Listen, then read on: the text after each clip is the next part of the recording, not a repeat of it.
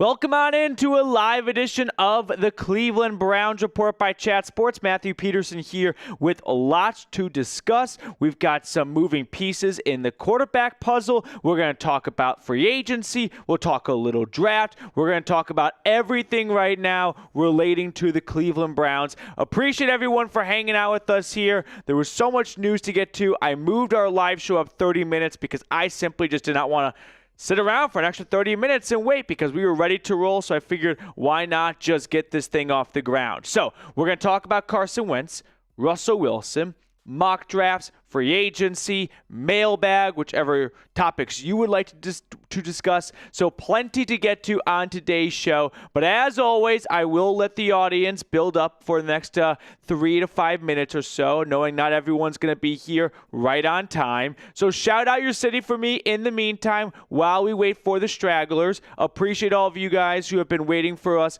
right from the jump.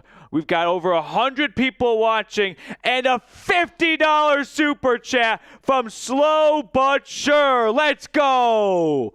Longtime viewer, Slow But Sure, getting things started for our Carson Wentz-led live show. Did not expect this to be something that people really warmed up to. But sup, Dog Pound. Petey, have a great day.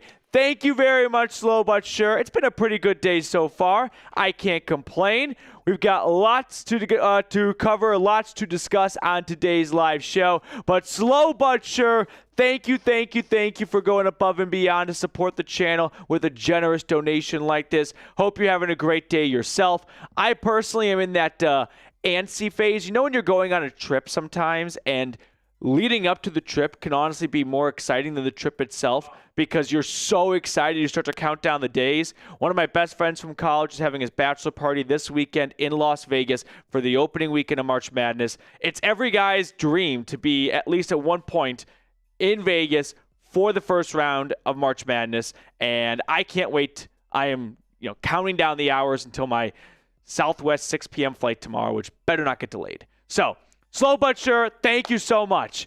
All right, we've got lots to cover on today's show. 135 people watching, 23 likes. You know the drill. Click that thumbs up button down below if you haven't already. Tyler is watching from Calgary, Alberta, Canada. I've got John in Las Vegas. John, I might see you this weekend. Kathy's in Sacramento. Kevin's in Indy. MG would rather have Air Bud than Wentz or Cousins. Kyle is in Akron, Ohio. Kyle, I don't want to put this voodoo magic on you. I've got Akron going to the Sweet 16 in my bracket. They were a very good Maction team this year. And you got to have, I feel like right now everyone's in on every single underdog, but I like Akron. Who is your I've changed my bracket, by the way, 5 times today. Really? Yeah, I've been tinkering. You've been tinkling? Not a little tinkling here. Tinkering. I'm doing the good old The League reference. Remember? Do you ever watch The League? I only watched a couple episodes. I rewatched The League like a year ago. It aged well. Yeah. But I was tinkering all day today with my bracket. Buckeyes is in St. Pete, Florida. Should I say it? I feel like you usually hold that until I'll say it. I got Duke beating Michigan State. I have Duke beating Florida. Yeah, fuck Florida. Mr. Savage is in Ohio. Henry Ruggs is in jail. Okay, so as you guys continue to shout out your city for me, Reed, let's ask one more question, and it's one of the topics for today's episode. What do you think the Browns should do with the second overall pick? Because I implore you guys to start, not that you aren't already, thinking a few steps ahead when you see some of these news or rumors that turns into news come down the pipeline. Because right now we're going to look at Carson Wentz. And so you got to look at that and think, all right, if they're going Carson Wentz, what could that mean for their draft plan? And to me, that would signal Shador, right? One would think, but the Browns love being impossible to keep up with. They take a lot of pride in it, actually. So nothing's a guarantee based on one transaction, but it is fun to try and connect the dots a little bit, right? And put the breadcrumbs together and figure out what we have here. So let me know who you would rather pick at number 2. For me, it's Abdul Carter. I think Carter's going to be a 5-time Pro Bowler that plays 10 years with the Browns. Like, I think he's going to be that great of a player wherever he ends up. The other question would be Kirk Cousins or Carson Wentz. Which veteran quarterback would you want the Browns to pursue? Cousins, I think we can agree, is better, right? I don't think that's really up for debate. I know the injuries, but still, I'd rather have Kirk. But the issue is you got to trade for him. So is he so much better that he's worth giving up a draft pick for? That's a fair debate to have. Really comes down to what pick you're giving up. 3rd or 4th? No, probably not. 5th or 6th? You don't have a 5th anymore. You gave that away for Kenny Pickett, but I could get on board with that. Can I get on the board with that. Prediction? Yeah, fire away. They draft Abdul Carter. Okay. They bring on Carson Wentz. Yep. Kenny Pickett starter week 1. That's disgusting. But here's the thing, and I'm going to say this in the video. I warned you. How many times have I said since, let's say, January 1st, it's a bad time to need a quarterback? I wish I had something better to sell you. I don't. It's a bad time. You got to make the best of a bad situation. And that could mean spending the least and not spending a lot for a player who's not, vastly better, maybe marginally better. All right, let's run through what we have on tap for everyone today, Mr. Bartkus, and then I want to jump into some of the Wentz news and rumors, the Cousins stuff, a lot of ground to cover. So stick with me here. I don't want you missing out on anything. So Carson Wentz, Kirk Cousins buzz, we're going to talk about that. Then I thought you might enjoy a post-free agency mock draft. Now that the Browns have made a couple of signings, what could they be thinking in the draft? And then a mailbag, so if you have any questions, don't be afraid to ask them. Get in the chat right now. Use hashtag Browns or Super Chat. If you Super Chat like Slow But Sure, we'll throw it on screen for everyone watching to see. So all that coming up on today's live show. Appreciate every single one of you watching. Nearly 200 of you hanging out with us here. 34 likes. Can we get to 40 likes? Can we get 6 more likes? Once we get to 40, we're going to jump into our first segment. So scroll on down, click the thumbs up button if you haven't already. In the meantime, Jake Heat is in the chat. Good to see you, Jake, again. Chris Collinsworth is here. Love to see it.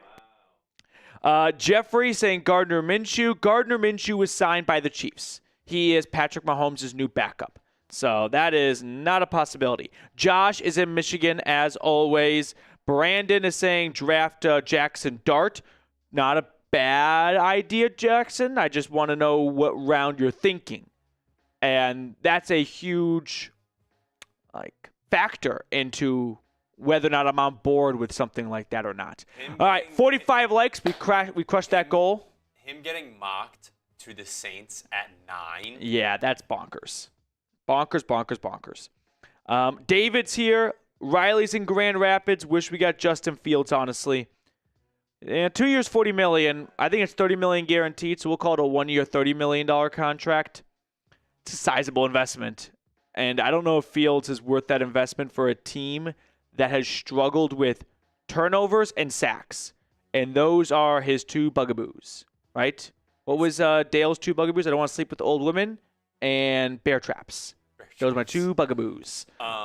Okay. Justin Fields, I feel like everyone has always had such a high ceiling for him, and he's never made it there, but there's so many people that think he did. And I get that. I like him as a player, just hasn't hit the ceiling that everyone has. 3 bugaboos for Fields, actually. The turnovers, the sacks, and the entire fourth quarter. He is, statistically speaking, the worst fourth quarter quarterback maybe in NFL history. 50 likes. Appreciate everyone for liking today's video. Can we have more likes or super? What do you think? Ooh. What's going to happen? Yeah, right now we have more likes than supers. I never thought about those two competing with one another. All right. So, love it. Nearly 200 people hanging out with us on a Wednesday afternoon to break down some of the Carson Wentz and Kirk Cousins buzz out there. And then we're going to do that mock draft like I mentioned. Reed, are we ready to jump into our first segment? All right, here we go. Let's start by talking all about Carson Wentz right now. Don't say I didn't warn you. We talked about Wentz on the show for a few weeks, about a month ago, And I said since really the start of the offseason, I got bad news, everyone. It's a bad time to need a new quarterback. Just is. Draft isn't loaded. Free agency doesn't have a lot of good options. And so here we are talking about Carson Wentz. So Mary Kay reported this on Wednesday afternoon. The Browns and Wentz definitely have mutual interest this season on him becoming their veteran bridge quarterback, a league source told Cleveland.com. It's apparently contingent upon them signing Russell Wilson, who visited last week. I think we can all agree that this is not something anyone is doing somersaults for. Carson Wentz is not a needle mover for me. The last 4 years, he's been either a backup or a bad starter. Backed up the Chiefs a year ago, the Rams before that. He was with the Colts and the Commanders from 2021 to 2022. Former second overall pick who, ironically enough, the Browns passed on. Remember, they let the Eagles come up and get Wentz. And maybe a decade later, he ends up joining the Browns after all. Now, with the Eagles, that's where we know him best from. And he had some really good years. If you have any Eagles friends and you ask them about Carson Wentz, they're going to say, man, that 2017 season, 13 games, he was an MVP. I don't think that guy's here anymore.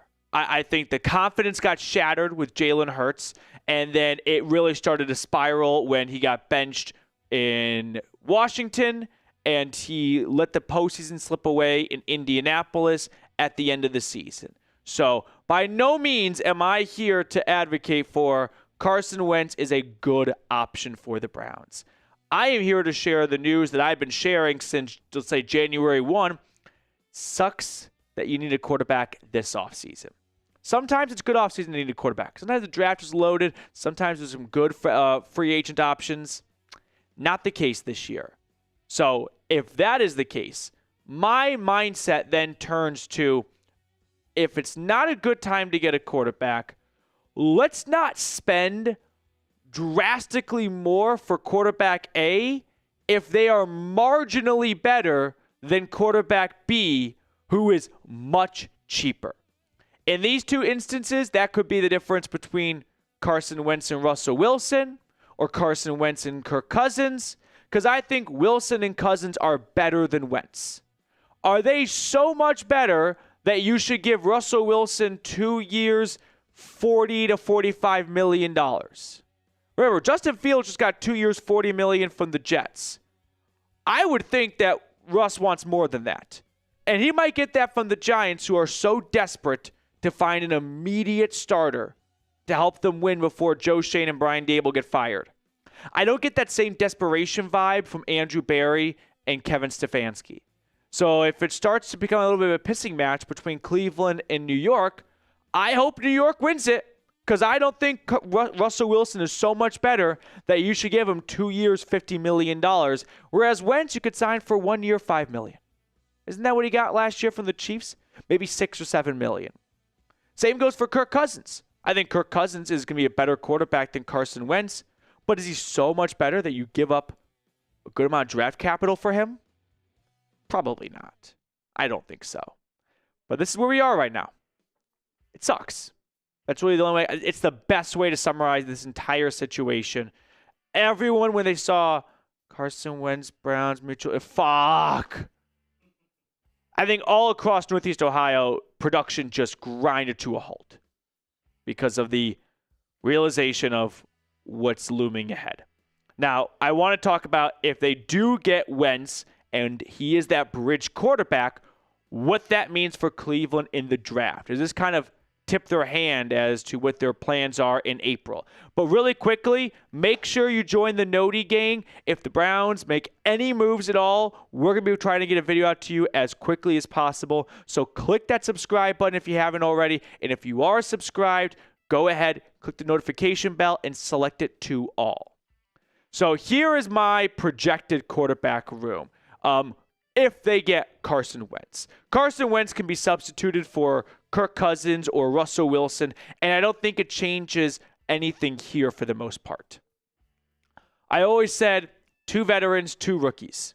And here are your 2 veterans. Again, we have Kenny Pickett, and I'm not trying to put these in order, by the way, of a depth chart. This is just the room as a whole. Let's say it's Wentz, could be Russ, could be Cousins. But for now, let's go with Wentz. Pickett, I think they are going to take a quarterback with one of their 4 picks in rounds 1 through 3. They have a first, a second, and 2 thirds. Of those 4 picks, one of them, I believe, will be used on a quarterback. Which one? That's kind of the $1 million question here. After that, I think they'll use another one of their 10 total draft selections on a rookie. Probably in day 3, which I'm going to make a video about a Browns mock draft post free agency, and you can see who I selected for the Browns with these 2 selections right here. But I would say that a lot of the signs and the tea leaves are pointing to the Browns going quarterback at number 2. I've got Myles Garrett getting all warm and fuzzy with Andrew Siciliano about, hey, I heard what the quarterback plan was, and I wouldn't be smiling if I didn't like it. He sure as hell is not smiling about Carson Wentz being the starter for 17 games. I'd have to think at this point in the offseason, there's only one of 3 reasons why he'd say that. 1, he's lying because he's all in on team misdirection for the Browns. I don't believe that. Teams do not use players to do that. 2, he believes they are going to get Kirk Cousins or Carson Wentz or Russell Wilson, and he really likes one of those quarterbacks. That's a fair possibility. The thing is, those are far from guarantees. Right? Take Russ, for example. It's one of 3 teams: Browns, Steelers, Giants. How could the Browns have guaranteed to Garrett we're going to get Russell Wilson? That seems like a stretch. Miles is a smart guy. I think he would know you can't guarantee that. So then that leaves me option 3. The only thing the Browns really can guarantee: Shedeur Sanders. Because I'll guarantee you he doesn't go first overall to the Tennessee Titans. And if he's not going first overall, well, do the math yourself. You're picking second. You have the guarantee option of taking Shedeur. So signs are pointing to Sanders being the pick at number 2, unless this is one huge, ginormous smokescreen, which, to be honest, might sound a bit dramatic. Would it be out of pocket for Andrew Berry to do this? Anytime you have an idea of what they're going to do, they do something very different, right? I mean, in free agency and trades, they like to work in secrecy, in darkness. They're not a team that loves to be in the spotlight by tipping off reporters what their plans are.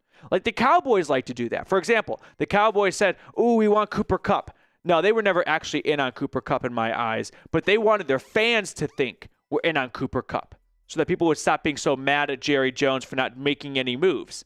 That's not really the Browns' MO. They don't do stuff to try and appease the fan base by putting false things out to the media. So it's hard to just ignore all these signs pointing to Shedeur. But I still struggle with the idea of the Browns actually picking Shedeur. Not from what I would prefer, but from a prediction standpoint. And I'll talk about that more in a second here. But make the pick for me if you haven't already. Shedeur Sanders or Abdul Carter at number 2 for the Browns. So, one last thing I want to say, Reed, on Shedeur. I don't know if it's elsewhere in the script, but I just want to talk about how Matthew Berry, coming out of the NFL Combine, talked about what he's heard from the Browns at the number 2 spot. And evidently, is that the second one? Okay. Well, we'll talk about it in another episode too, but I'll just summarize by saying, evidently, the Browns are the only team that likes both Shedeur and Cam Ward. And I don't really believe that, that's not the one. I don't really believe that the Browns are the only team to be in one bucket. That's a major outlier. Okay, this is what I'm talking about. Sorry, we kind of went off script, off schedule a little bit here, but it doesn't matter. Barry said the one team I heard that did like Sanders was Cleveland. They liked Ward as well, but they'd be good with either. They're the only team that'd be good with either? Man, are the Browns really that unique when it comes to a quarterback evaluation? Not every team's going to see eye to eye on a player, but to be 1 of 32 to see a player in a certain light for the second overall pick, that just seems too far stretch, right? And that's where I've got this Ricky Bobby pretzel in my head right now. So to switch gears just slightly here, I want to bring Kirk Cousins in the fold now because Josina Anderson tweeted out that I was told these two quarterback names came up in recent preliminary trade inquiries or internal discussions. Kirk Cousins and Will Levis. Josina said Atlanta has been getting calls. I heard talk of a third-round pick being potentially actionable. I believe the Falcons are the ones feeding this to Josina Anderson, because they want other teams to believe there's a sense of urgency for Kirk because we're getting calls. So if you want them, act now. It's a classic sales technique. You see it all the time in everyday life, right? Next time you're watching TV, right, where they have all those promo deals and it's like a cooking appliance that can make you everything you want, and it goes, for a limited time only, it's $25. This is Atlanta going, you have to have a sense of urgency. Time is working against you. We're getting phone calls and we're getting offers for a third. And they're trying to spark fear into the Browns to go, oh, crap, we got to move quickly. They're going to trade Kirk somewhere else if we don't get him right now. I don't buy it. I don't think any team's giving up a third-round pick, and I sure hope the Browns do not give up a third-round pick for the way Kirk Cousins played last year down the stretch. I'm willing to buy that Cousins was playing through a shoulder and elbow injury, and that he can return to what he looked like the first 9 weeks of the year. And tell me you would not take that in a heartbeat. 17 touchdowns, 7 interceptions, 6-3 record, 260 yards, 69% completion. Nice. You would take that in a heartbeat for a day 3 draft pick. But round 3, that's a little bit too valuable to risk on someone who's coming off in the last 18 months, Achilles, shoulder, elbow, both to the throwing arm injuries. And the financial implications of what you take on from his contract, whatever that number may be. I'm not doing it for a third. Day 3 pick? Yeah, sure. I'll sacrifice. If the Browns are willing to sacrifice a 5th for Kenny Pickett, I'll sacrifice a day 3 pick for Kirk. Day 2, I'm out. So knowing that the cost for these two quarterbacks are very different, which one would you rather have? Say Carson Wentz on a 1-year, $7 million contract, or Kirk Cousins on probably a reworked 1-year deal and some draft capital given up. I know some of us are in this camp of the Browns don't need to reset. They just need a new quarterback and they can get right back to the postseason. I've kind of drifted away from that camp, and I'd love for someone to yank me back there. But the lack of a run game, the defensive regressing, I don't know if Kirk Cousins for 1 year is really going to move the needle with the win marker as much as we like to think it would be. So I'd probably pick the cheaper Carson Wentz option and just embrace the Browns being the Browns. And, yep, that's another random Browns quarterback. All right, before we get on out of here, one quick thing. Over at Fanatics, they're having a 70% off sale right now for stuff like this, a Brownie the Elf hat. They also got plenty of other gear, so if you'd like to get it, go to chatsports.com/CLE hat. I put that link in the comments and description of today's video. They have more than just this hat, t-shirts, stuff like that, so check it out. Go to chatsports.com/CLE hat to support the channel. Let's pick a card to wrap up today's show. Mr. Reed, which card do you want to go with? Can I go with not that one, but not that one either? Okay, so third option. I like you. You're increasing your odds. Yes. 3 of hearts. 3 of hearts. I'm going to go raw dog. Give me 5 of diamonds. No. King of spades. King of spades. That's going to do it for us on today's show. Thank you guys so much for tuning in. Hope you enjoyed the episode. If you did, consider liking the video before you leave. Pick a quarterback for me, Kirk Cousins or Carson Wentz. As I see, we have a couple of super chats flying in here. Oh, style hand granite. Sorry, it's like hand grenade? I thought at first it said Stalingrad. So ace of spades. Close. Scott Zappa, long time no see. Fun to see you back in the chat. Ken G, spring is in the air. The draft around the corner. Let's go Browns. I got to be honest. I was listening to Part of My Take, and they talked about how Selection Sunday is one of their favorite sporting event days that doesn't actually involve a sport being played. The draft is number one for me. I've always just been enamored by the draft. I think it's the coolest thing that you have this opportunity to sit on your couch or sit in the green room, and if your name's called, you just got millions of dollars guaranteed, and you get to move to a new city, explore a new part of the country, get a house there, and if you work hard, you get to have a very, very successful life. And imagine if that applied to other professions. When you graduated business school, if there was an accounting draft, right? Is EY going to take me? No, I think it's KPMG. Deloitte might snag me right now. I don't want to leave the first round. Or in finance, and you're going into banking. And yeah. And you're like, oh my God, I just got traded to Raymond James. Exactly. Sachs has the first overall pick. And they're like, oh, this is guy at Harvard. He's so good this year. But I think that'd be wild, is if every profession just operated this way. And the draft, I just think, is one of the coolest things ever. Ken, thank you so much for your super chat. I appreciate it more than you realize. Hope you're having a good day. Did we get another one? Oh, who sent it in? Oh, Ken, okay. If you retract the message in the super chat, then our software doesn't have anything to scan to pull it and put it on screen. Okay, so are we ready to jump into our next segment? Nearly 300 people watching just a moment ago. If you haven't yet, like the video. We're at 86 likes. 86 likes versus $89 in super chats. The competition, the self-cannibalization between the two is insane here. We got some questions coming in. Hand granite. You did at Browns Report. If you do hashtag Browns, then our software can find it in the chat and we can throw it on screen for everyone watching to see. Duck Life Official. That's a good question right there.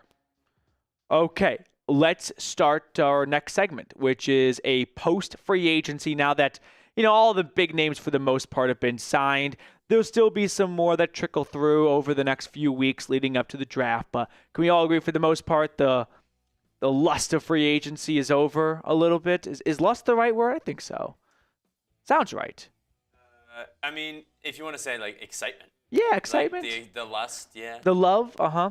No, well, the love is the draft. I do love the draft. Then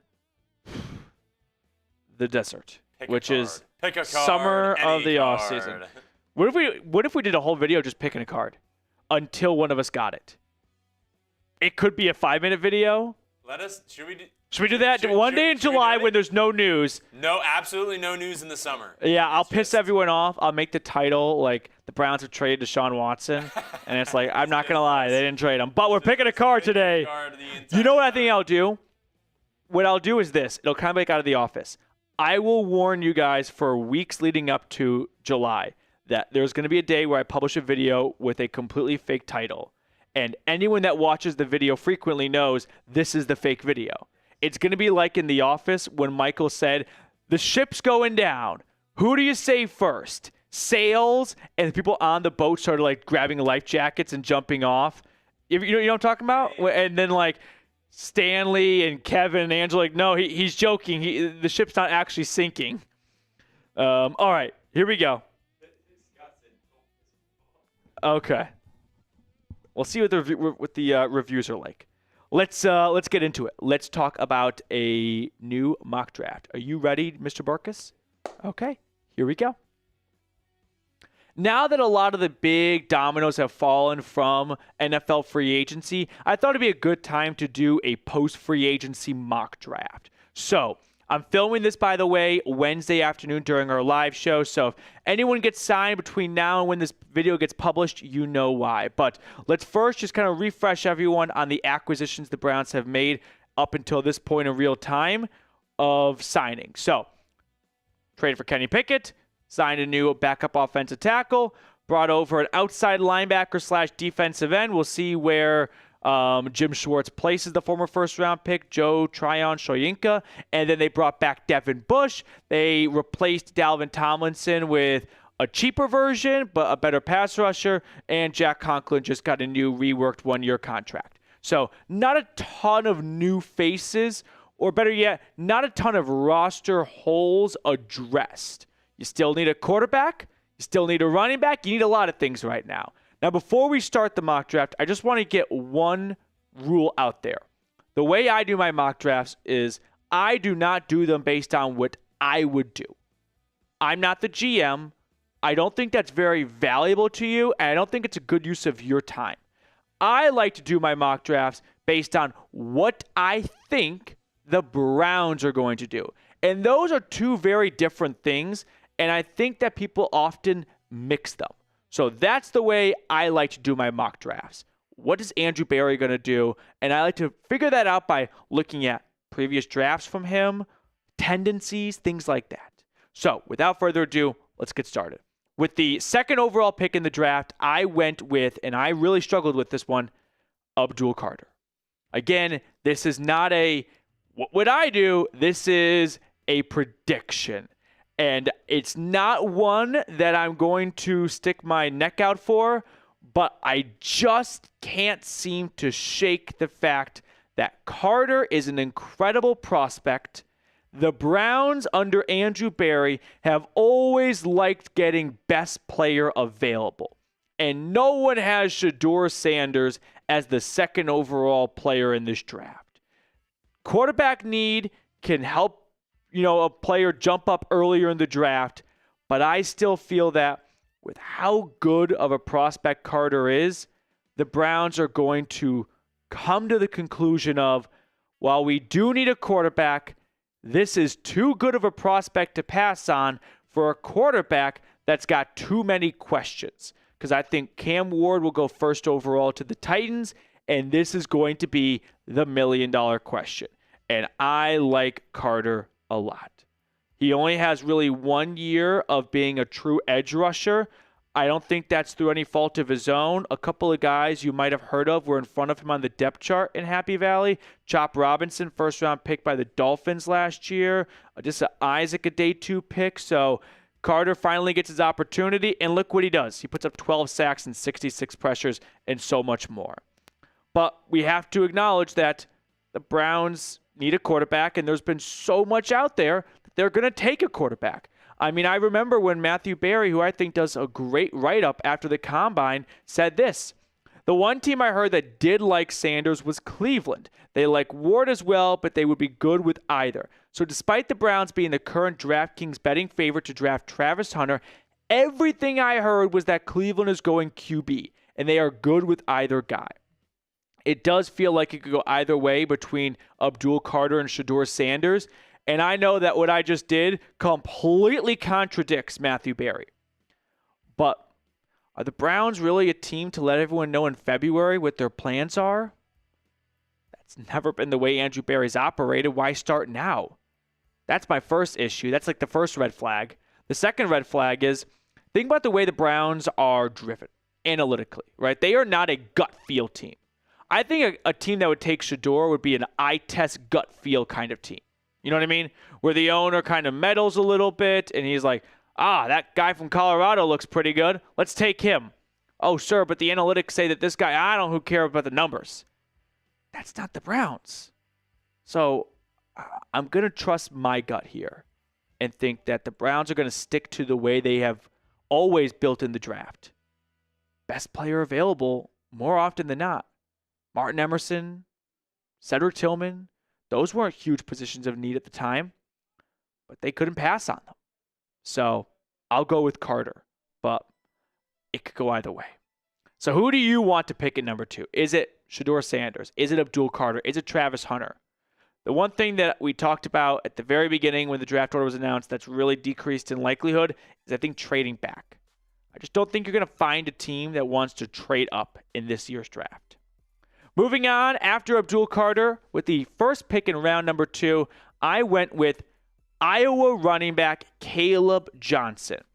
I believe that with Kevin Stefanski taking back control of the offense, he knows how valuable it is to have an elite rusher, something the Browns have not had the past 2 seasons with Nick Chubb injured.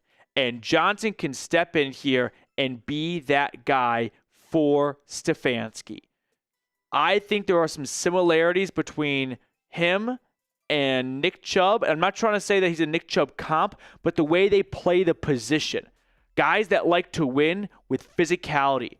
Running backs like to run people over for a living, not look to step out of bounds. No, they want the extra yard. And so with how talented Johnson was last year, 6.4 yards a carry. Again, so many stacked boxes because the opposing defense knew Cade McNamara, whoever the backup was, could not throw the ball to save their life. He still put up ridiculous numbers. He's got good prototypical running back size. He's got good speed. I like Johnson a ton as a prospect. I think he is someone that's going to end up going round 2, and when they do a redraft in 4 or 5 years, he's going to go round 1. I think there are shades of like David Montgomery, but maybe even faster. I also think there's a receiving element to his game that unfortunately was not highlighted last year in Iowa City because a Big Ten offense usually does not dump the ball off to their running back, but that's going to be a nice perk for whoever's playing quarterback next season. So I'll go with Johnson. I will add, I did contemplate trading back from 33 because I could see the Browns maybe adding more day 2 draft picks, but I figured for the sake of simplicity for this video, we won't do trades. But this is the Browns running back room right now. This is it. You've got Jerome Ford, who I think has shown is not a starting running back in the league, and Pierre Strong Jr., who is a special teamer. You need a running back, and I hope it's early in the draft. On to round 3. This is going to get people worked up. Here we go. Let's just hit spacebar. Send it. There it is. Kyle McCord. Yep, I did it. You knew that the Browns are going to go quarterback at some point in the first 2 rounds of the first 2 days of the draft, and I, again, am going off the assumption of what would the Browns do. And I think there's a lot to McCord's game that could really pique Stefanski's interest. He was extremely underrated, we'll put it, last year at Syracuse. He set the ACC passing single-season record, and not a lot of people are talking about him. I understand the Buckeye fans have probably already left the video at this point. You all prefer Will Howard over Kyle McCord. I would suggest maybe let Will Howard's memory as a Buckeye remain like that, a memory as a Buckeye, and not have it become slightly tainted by if he gets drafted by the Browns and stinks. He isn't one of your all-time favorites anymore. But that's for you guys to do some, mental gymnastics through. When it comes to McCord as a prospect, though, overall, I think you're going to find out that teams like him a lot more than you, and by you, I mostly mean Buckeye fans watching right now because this is where the resistance comes in, are giving him credit for. The velocity on his passes, this is going to sound kind of nerdy, but like the spin rate, those are metrics. And think about the Browns. They are an analytically driven team that's going to catch their interest. And for a day 3 pick, I think that could be someone the Browns look at as we've got a veteran or 2 already on the roster. We can have McCord sit behind him and develop and learn for half a season or maybe the whole season, depending on how the veteran starter plays. But I'm going off of what I believe the Browns would do, and I think McCord in round 3 could really jump out to them. They've got one more 3rd-round pick via the Buffalo Bills, and with that 3rd-round pick, I'm going to go with Terrance Ferguson, tight end out of Oregon. The Browns' offense last year stunk out loud, so no surprise, 3 out of my first 4 picks are on offense. But Ferguson, I think, could be a sneaky pick for Cleveland because he's a great receiving tight end. He's not very good at run blocking, and that's going to be something the Browns have to work on, but that's usually the case for most tight ends going from college to the NFL. But with the way Ferguson played that receiver spot for the Ducks last year and for a handful of seasons, I could see Cleveland coming to the conclusion of, you know what, we kind of need to reset a little bit at tight end because David Njoku is getting older and we're starting to have some injuries at that position with him recently. Plus, there's not a lot of depth or anything growing at that spot. And a guy who had 600 yards and 3 touchdowns last year and set a couple of Oregon tight end records and came up just shy of having the tight end record for receptions, touchdowns, and yards in Ducks history. For late round 3, yeah, it's a great tight end class. The Browns need some tight end depth. 1 + 1 = 2 here. And right now, Blake Whiteheart is your tight end 2. So that kind of summarizes why I think tight end could be a good selection at the end of round 3. You could knock this back to round 4 as well if you wanted to. So let's round out my 5th pick here, and it is going to be Texas safety DB do-it-all man Andrew Mukuba. Early pick in round 4, he played all over Texas's defense, and he was a bright spot for the Longhorns. He came up with the game-sealing interception against Arizona State in the college football playoff.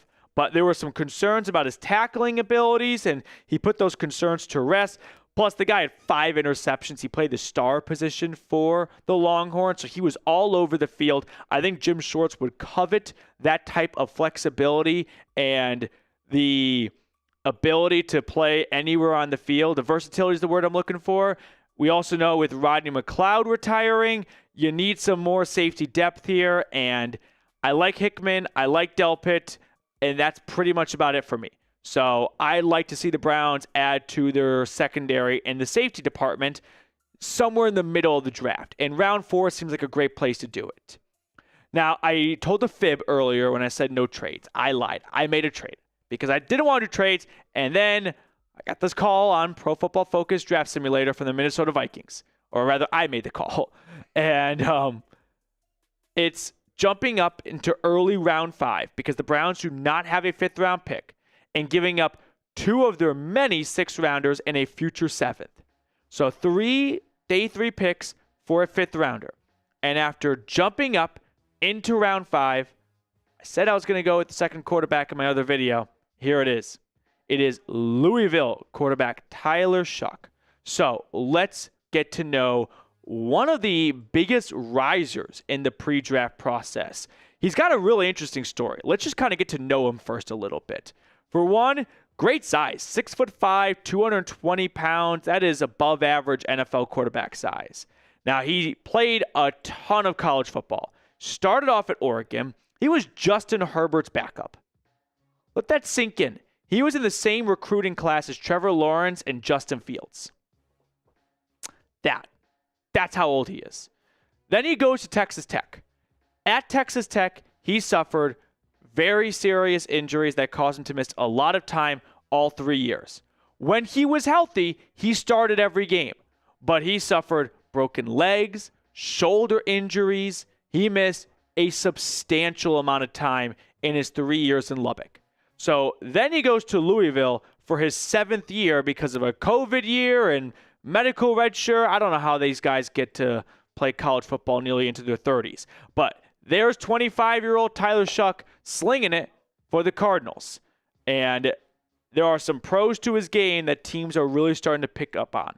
Now, one of them is the guy's arm talent. It's under the radar, to put it lightly. When you watch his highlights, and I actually want to take a moment here to talk about that for a second. You can fall in love with any quarterback or any prospect if you watch their highlight reel. You want to know why? It's a highlight reel. It's supposed to highlight the best parts of their game. If they had a low light reel, you'd hate all the quarterbacks. So don't look at a player's highlight reel and decide that's all the research I need to do on this guy. If you want to go down that well, do more than just highlights. But his highlight reel definitely jumps out because there are some plays where he's moving to his left and he's throwing across his body to the back of the end zone. He's got incredible arm strength, I'd say. Like Shedeur Sanders, not so much, and Cam Moore definitely has it. But he just flicks the wrist and downfield it goes. Now, it probably helps that he's a 25-year-old playing against 19-year-olds, so a little bit of an advantage to him here. But he finally puts together a full, healthy starting season in Louisville and 3,100 yards, 24 total touchdowns, only 6 interceptions. He does have some turnover tendency or concerns here and there, but you look at his past and unfortunately just look at the games, right? 4 games, 7, 4. He just could not stay on the field. He's also going to be 26 years old in September. And that's a big red flag, I think, to Andrew Berry. So for that reason, I'm going to wait till round 5. I saw Mary Kay suggest jumping up to round 1 to select him. No, absolutely not. This is not a round 1 guy. But day 3 guy, sure. Let's kind of cycle through the last ones here because I know no one cares about 6th or 7th rounders. Okay, I went with Jack Nelson out of Wisconsin at offensive tackle. I believe, and this is just like some Midwestern bias here, there is nothing better than a guy who worked or lived on a farm and is your new starting tackle. So give me the Badger. Then in round 6, I don't like that it took this long to get a wide receiver, but Ricky White from UNLV. I went with the speed there. The Browns like speed. And then finally, to round it out, I figured, well, what better spot than a cornerstone spot in round 7? So Johnny Walker from Mizzou. You and Isaiah McGuire could reunite potentially. I don't know if they overlapped or not, but I thought a cornerstone piece to round out the last 3 selections would be a good spot to just, water those plants a little bit. So grade my mock draft for me. Give me an A, B, C, D, or F. I expect to get people's Fs in the comment section below, but I think walking away with Abdul Carter to pair with Myles Garrett, your brand new starting running back in Kaleb Johnson, an understudy to David Njoku, and a developmental project in Kyle McCord. Oh, and this versatile DB in Andrew Mukuba is going to be a really, really big boost to this team. I'm looking at some day 1 starters in Carter and Johnson. I think Mukuba can rotate in his rookie season. McCord can develop, and Ferguson can do the same. And then you've got Terrance Ferguson ready to take over from maybe Njoku in a year or 2 as his career begins to, come towards the end. So let's pick a card to wrap up. Let me know which card you want to go with in the comment section. I'm going to go with the Queen of Clubs. I'm going to go with the Jack of Clubs. Ooh, I like it.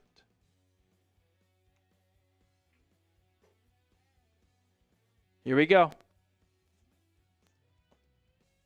2 of Clubs. 2 of Clubs. Anyone get it right? I don't think so. All right, that's going to do it for us on today's show. I hope you guys enjoyed our mock draft. If you did, make sure to like the video before you leave, and we will be back with more content on your favorite team very soon.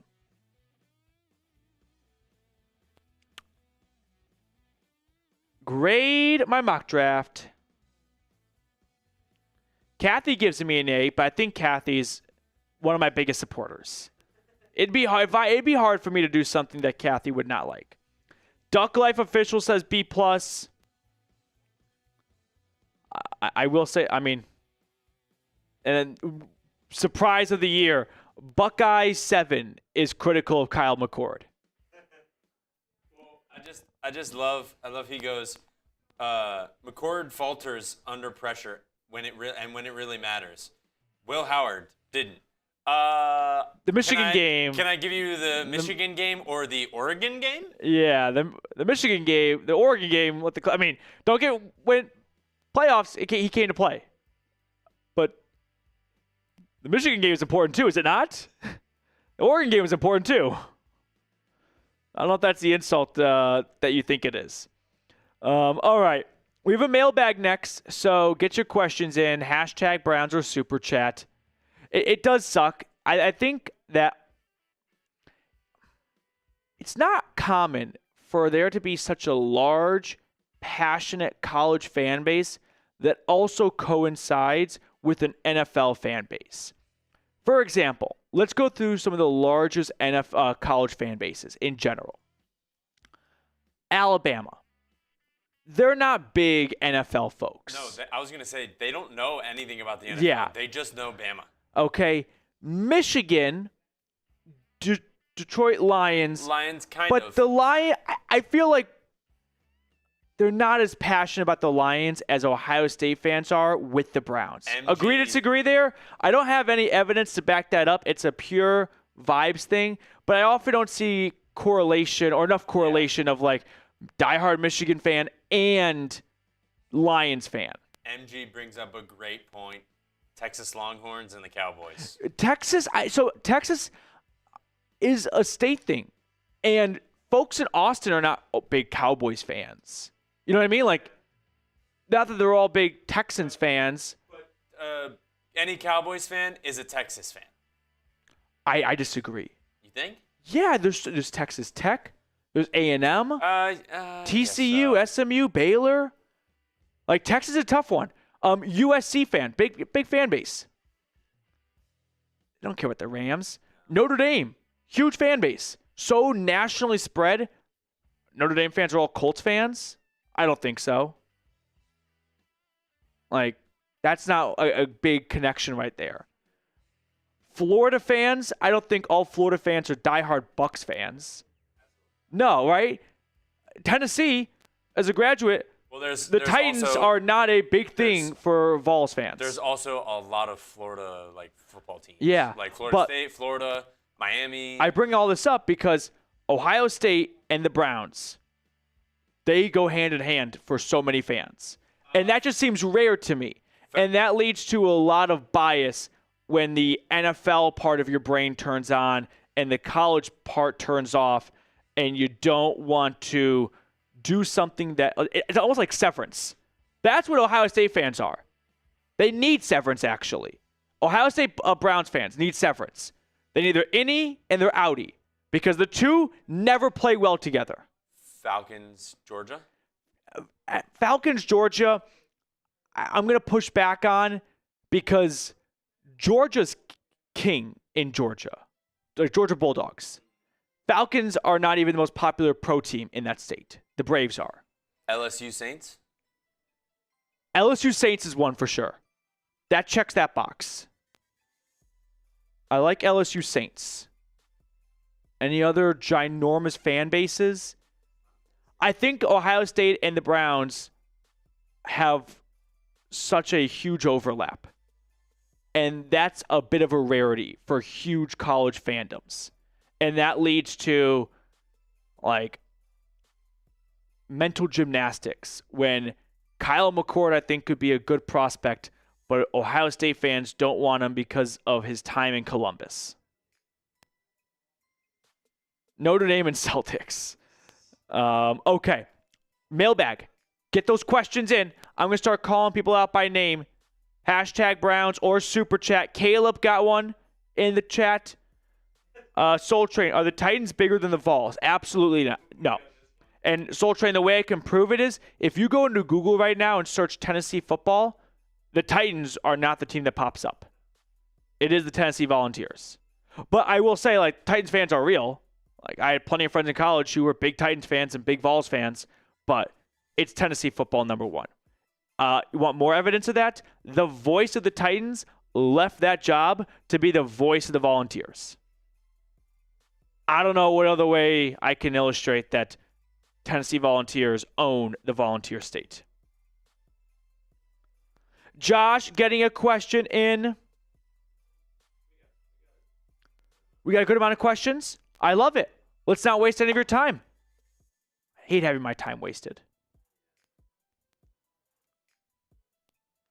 Let's talk all about whatever it is you want to talk about. It's one of my favorite segments of the whole week because it's an opportunity for you guys to kind of, drive the ship a little bit.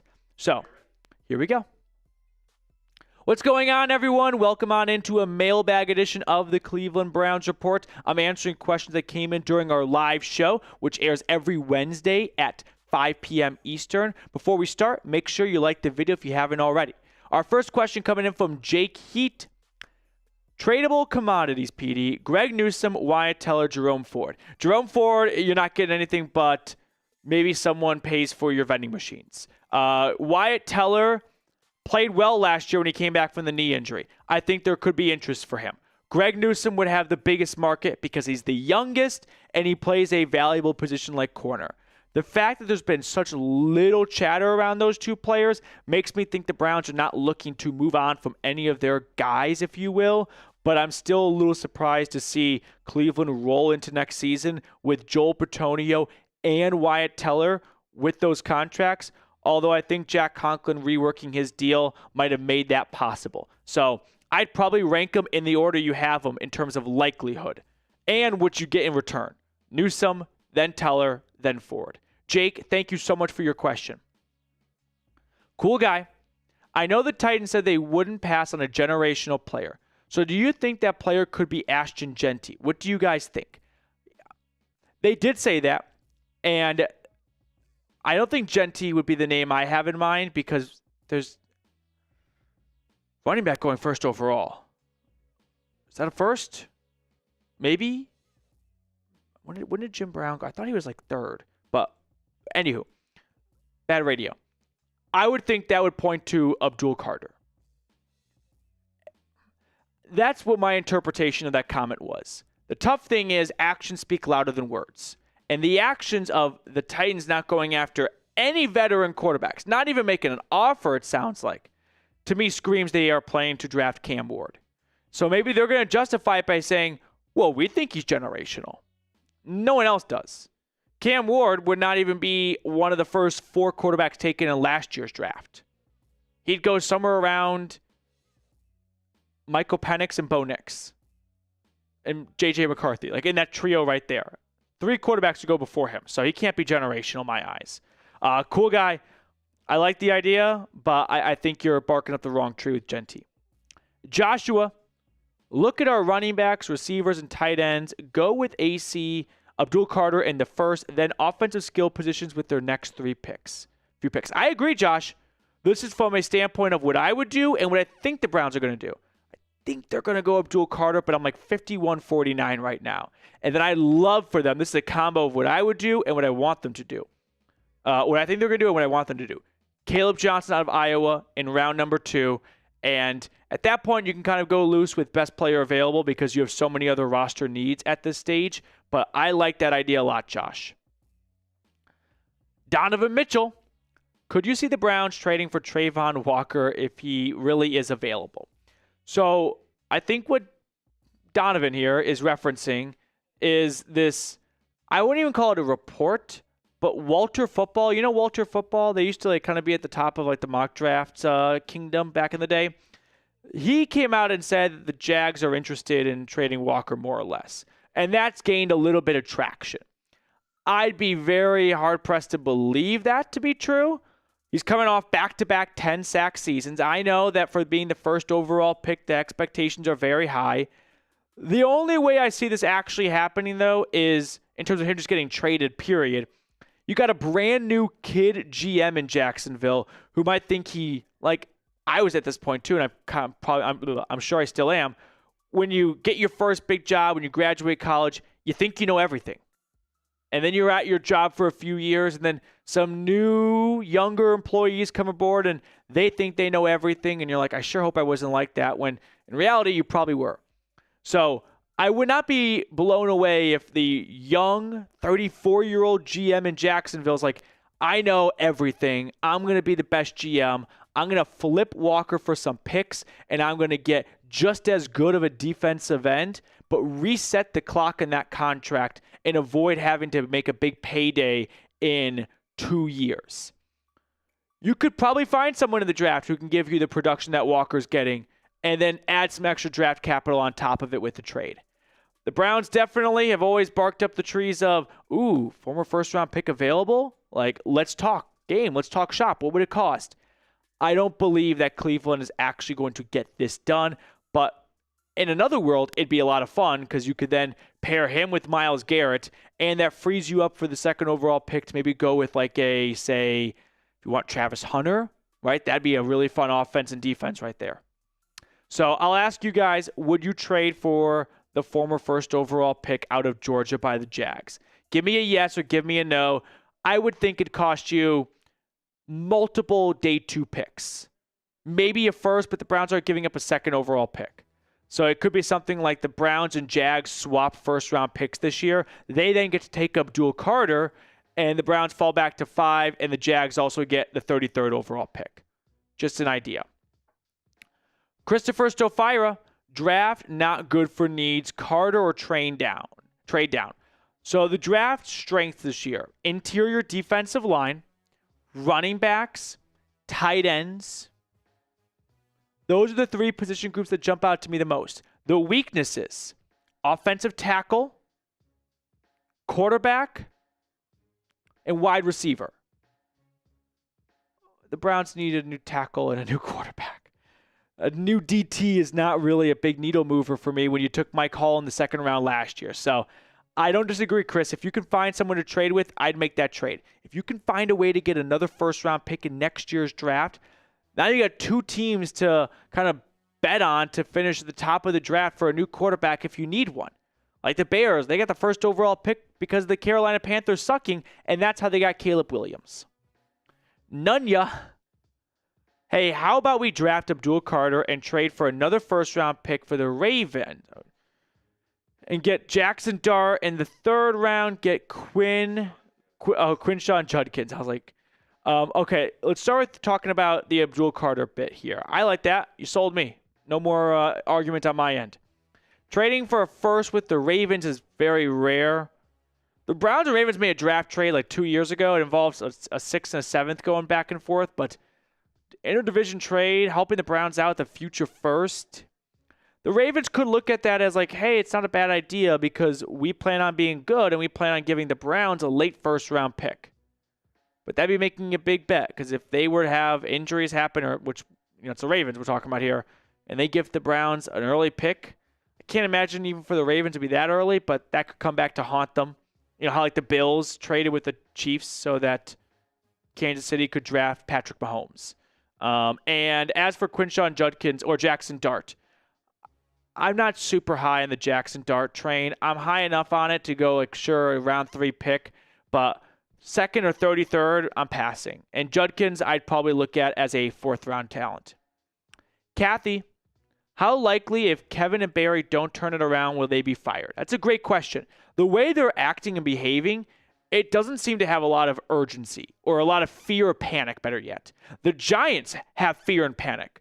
You're seeing Joe Shane, the GM, and Brian Daboll, the head coach, beg for Aaron Rodgers, Matthew Stafford, Russell Wilson.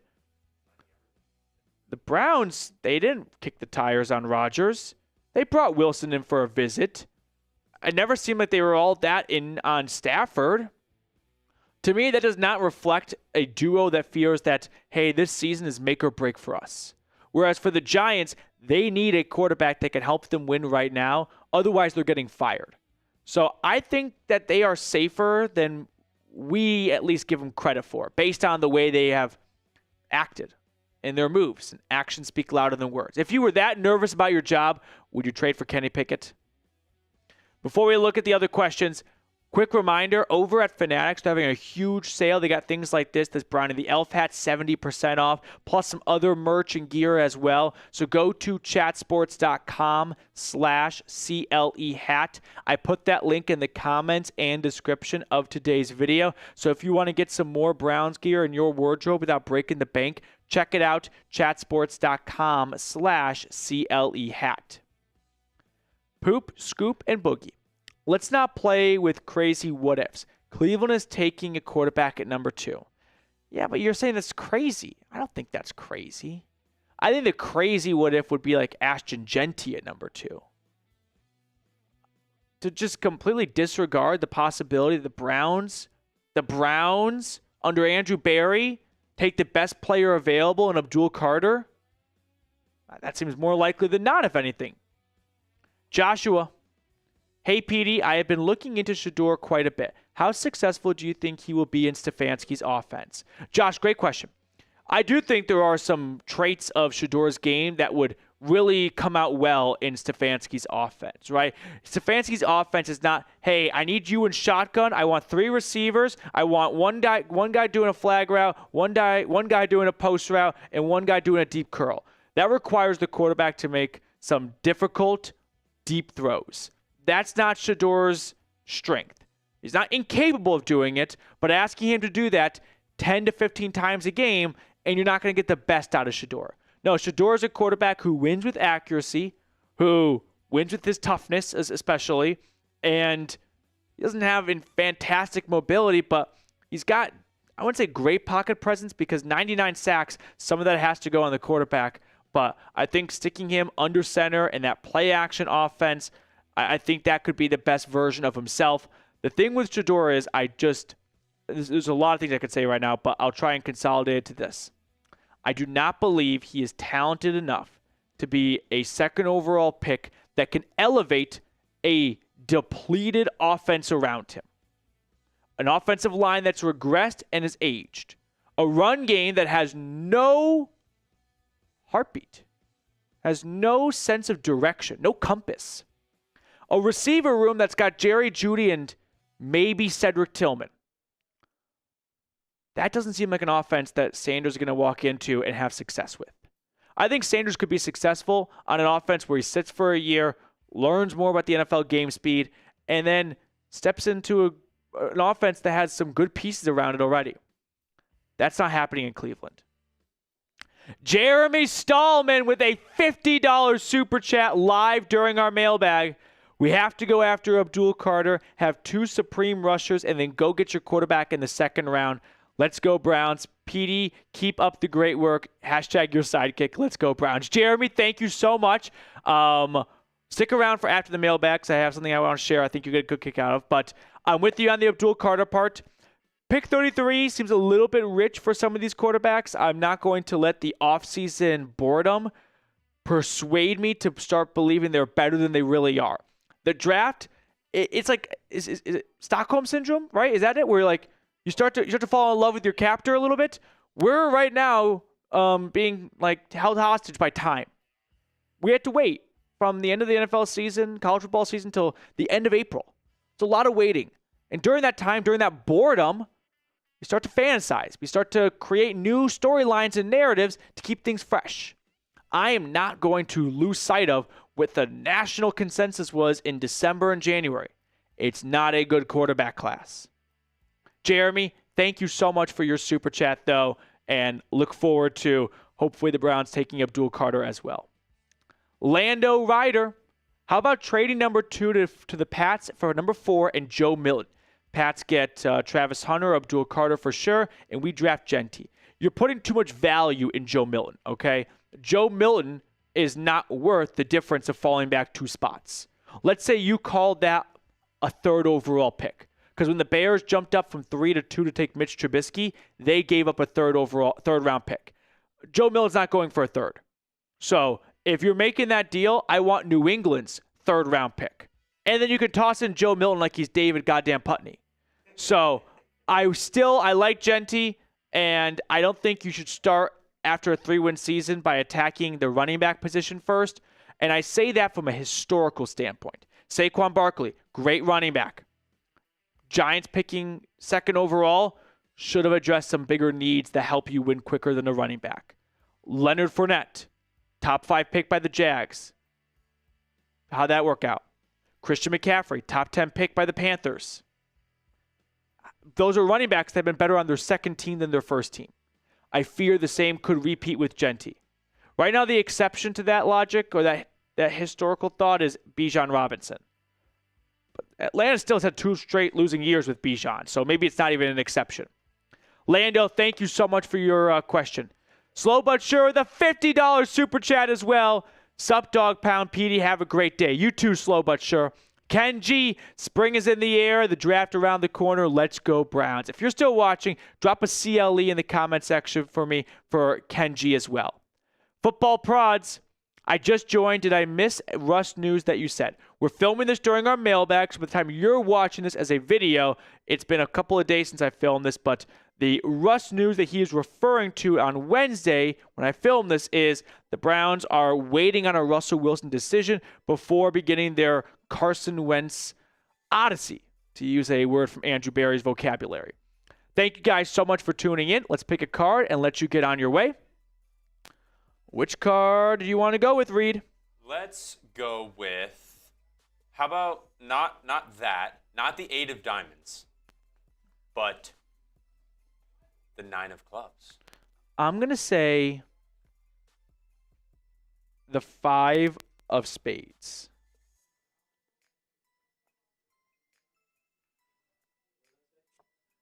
9 of something. Doesn't matter. It's 3 of diamonds. 3 of diamonds. All right, that's going to do it for us on today's episode. Thank you all so much for tuning in. Enjoy the rest of your day, and I'll catch up with everyone later. Can you throw Jeremy's super chat back on screen? Stallman, Proof of Life, are you still watching right now? Because I have some fun news to share with you. I think you might enjoy it. No one got the card right. That's a bummer. So, Jeremy, tomorrow I am traveling. Oh, Kaleb, you skipped my question, and I was like the first to ask. I'm sorry, Kaleb. Let's throw Caleb's question on next. Sometimes when there's a lot of questions, it's a little bit difficult to find them all. You said Kaleb Jeffries, he's the first one to ask.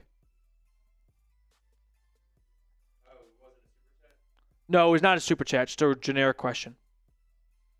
Jeremy, if you're still hanging out here, I'm flying your airline. I'm flying Southwest tomorrow. Yeah. PD, 2 years from now, who do you want at quarterback? So this, Kaleb, I actually had this one queued up, but we got a couple super chats and they skipped the line. Yeah. So. Kaleb, wow, 2 years from now. That's I don't want to be a dick, but that's impossible to say because Commanders fans could never have told you they wanted Jaden Daniels. I don't think Broncos fans would think, hey, who's that quarterback that just transferred to Oregon after stinking it up at Auburn? I want him. I don't think Falcons fans would be like, ooh, Michael Penix just tore his ACL again. Can we draft him in 2 years, please? It's impossible to say. If I had to get, I'd have to play the odds, and the odds would tell me Arch Manning. When I was at the Combine, I talked to, a lot of Texas players during their pressers. They all had, and this is true for the most part, but glowing things to say about Arch. There was one point that was funny where someone asked him, hey, what's something about Arch that you didn't expect from him? Something along those lines. And the guy was like, probably his speed. And they're like, why? And everyone was thinking, you already know the answer to that question, but you just want to hear him say it because he's a white quarterback. My first thought was the easy answer is because he's the relative of Peyton and Eli Manning, who are cinder blocks for feet. That was my answer. Yeah. And you don't usually think like, ooh, white quarterback? That's going to be one fast mama jamma. But I forgot what answer he gave. I think he was just like, I don't know. By the way, Stallman, I'm going from Love Field to Vegas. So, see you there. We have some super chats coming in. Unfortunately, Ghostface said, what did he say? He said, F. Wentz. Give us Jacoby or Flacco. Unfortunate news. Yeah, I got bad news. Jacoby is no longer available. Mm-hmm. Okay. Handful of super chats. Soul Train. Thoughts on Nick Emanwari? I like the versatility. So, Soul Train, good super chat. This is the South Carolina safety. I'm a big fan of his work as well. The production last year, like 4 picks, 2 pick sixes. He was a tackling machine. I don't know if he jumps out as like a safety that you think, oh, that's like a Jamal Adams type prospect. Those safeties don't come along every so often, but I think he's going to be like Kyle Hamilton, Derwin James, Jamal Adams. You don't get safeties in round 1 as often as you might think, but I think Emanwari is going to be a fun pick for a team. If that's the Browns, I definitely like the player. If he happened to fall to pick 33, I wouldn't reject it altogether, but I think you have some good safety play right now between Delpit and Ronnie Hickman. AFX, Ty Man says I won the race. New information to me. This was like 2 weeks ago because we had all free agency last week. This was 2 weeks ago when we had the draft table markers things. And were both those won last week? I gave like a week for you to. I don't remember off the top of my head right now. AFX, you said if you won, you'd give it to Ty Man the Buckeye. I'll let you guys sort out in the comment section. I can't remember if I've already given 2 away because I only had 2. Yeah, I don't have the memory for this right now. AFX. So figure it out with Ty Man who wants it, and then email me. You should email Matthew at Chat Sports, and I'll figure something out for you. Jeremy, where are you flying to? Actually dropping dimes over you guys right now as I fly over Dallas. Flying to Vegas. yeah, I got a buddy's bachelor party, so it's going to be a lot of fun. Opening weekend of March Madness, it's going to be packed, but I'm excited for it. So, yes. Stallman, should I ask the flight crew if they know you? Maybe get some brownie points? Maybe. Jeremy, I do have one question. I don't want to put you in a tough spot there, but thoughts on the new Southwest protocol? I know working for them, that puts you in a sticky situation, but if you want to air anything out, this is your forum to do it. If not, totally understand it. Kaleb, I didn't watch the last couple of free agency live streams, so who won the super chat and race thing? Who won the super chat? Who won the $50? It was the name with an E. I can't remember. I don't remember. I'm sorry. Okay. I don't recall. It was a lot of fun, though. Free agency last week from a entertainment standpoint for how few moves the Browns made. We, at least, I thought, kept one another entertained. All right. That's going to do it for us on today's live show. Thank you all so much for tuning in. Hope you all enjoy the rest of your hump day, and we will be back with more content for the rest of the week. But until then, go Brownies.